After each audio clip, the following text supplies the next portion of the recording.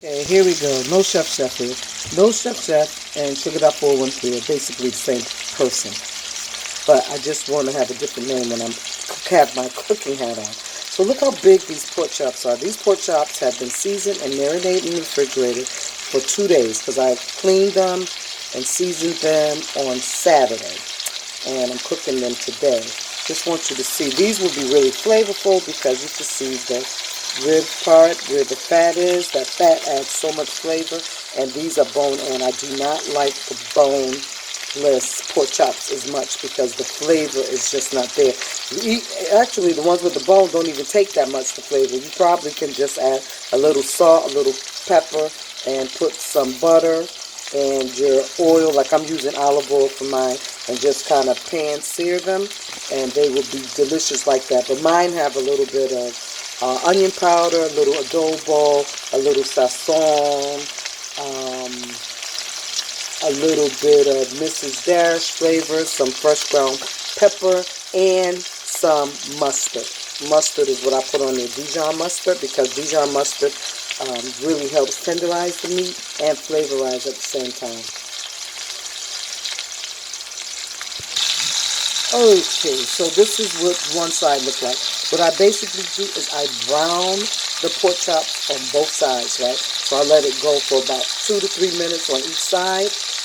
Then I turn the heat down and I'll put in the spinach towards the end, but I'm going to add the onions as soon as I brown all pieces. These are really, really big, and I have 4 pieces. So I'm going to brown 2 at a time, take them out, put some onions in, let the onions get a little coated with some of this goodness that's at the bottom of the pan. Then I'll put all 4 chops in. I'll put a lid on, and I'll just let it finish cooking from the inside because you want to make sure the pork is done. But I like to sear it first because you sear in a lot of flavors, especially on these because they've been marinating for like 2 days. Yummy, yummy, yummy. Don't you wish that you could have some? All right, so now we have 2 plus 2, which is what? 4 pork chops that are browned up really pretty. Look nice. The browning comes from the butter. I always put like an olive oil and butter in my meats because I love the brownness that it gives. I love that color and caramelization that it gives. So I'm just going to let those kind of finish browning up on the other side. And I'm going to add these 2, and I'm going to add some onions right here that I cut up just because I like onions. Yeah, so we'll see. I'll be back. Okay, so this is what it looks like when you add the onions to the meat. Now remember, the center of that meat is nowhere near done. We just kind of got the outside caramelized, browned up and pretty, but you still have to let this meat go to cook so you won't get sick, okay? I don't think it's done. And then we're going to add, this is just depends on what you have. I just happen to have a organic Trader Joe's chicken broth. But if you had beef broth, that works. Or if you had any other brand chicken broth, that works. If you don't want the chicken and you want vegetable, you can use the vegetable. I wouldn't use the seafood one. That's the only one I wouldn't put in here. But the other broths are good. They're going to help everything steam up real pretty. Onions are going to steam up real pretty once I put the lid on. So I'm going to let that finish cooking. These pork chops are really thick, so they're probably going to need to go another 20 minutes.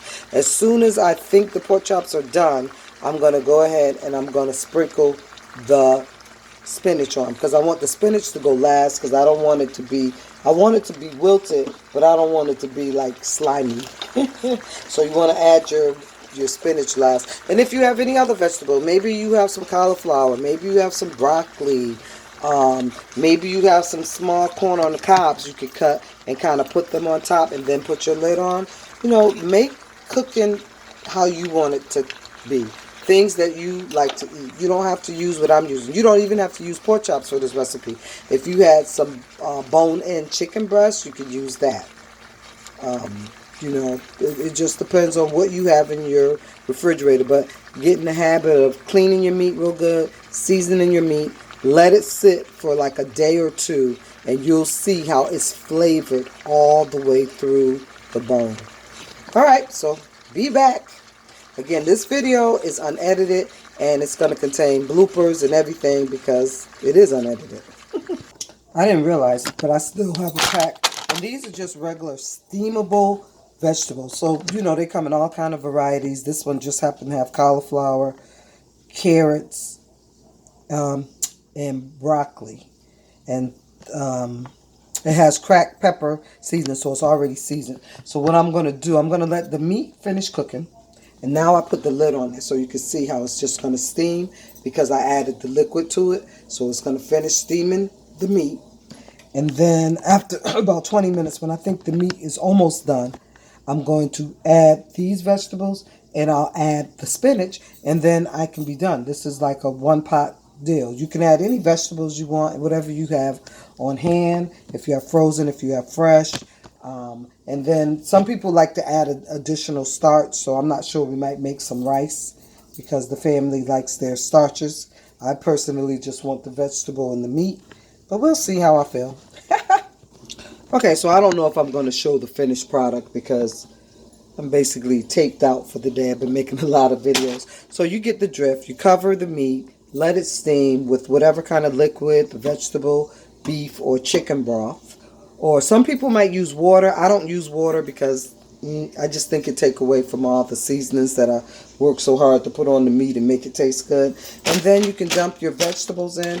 Give those frozen vegetables probably in, keep the lid on and probably give them another 10 minutes. So right before you think your meat is done, like I said, I'm going to let this meat go about 20 minutes, and then I'm going to give about 10 minutes more with the because I want to make sure the pork chop is done. So it's really 30 minutes to be going. So you get my drift, and then just top it with vegetables, and there you are, one pot meal. Have a great day. Thanks for watching. Sugar.413, also known as the Note Chef. Make sure you hit the subscribe button to see more of my infamous recipes. Bye.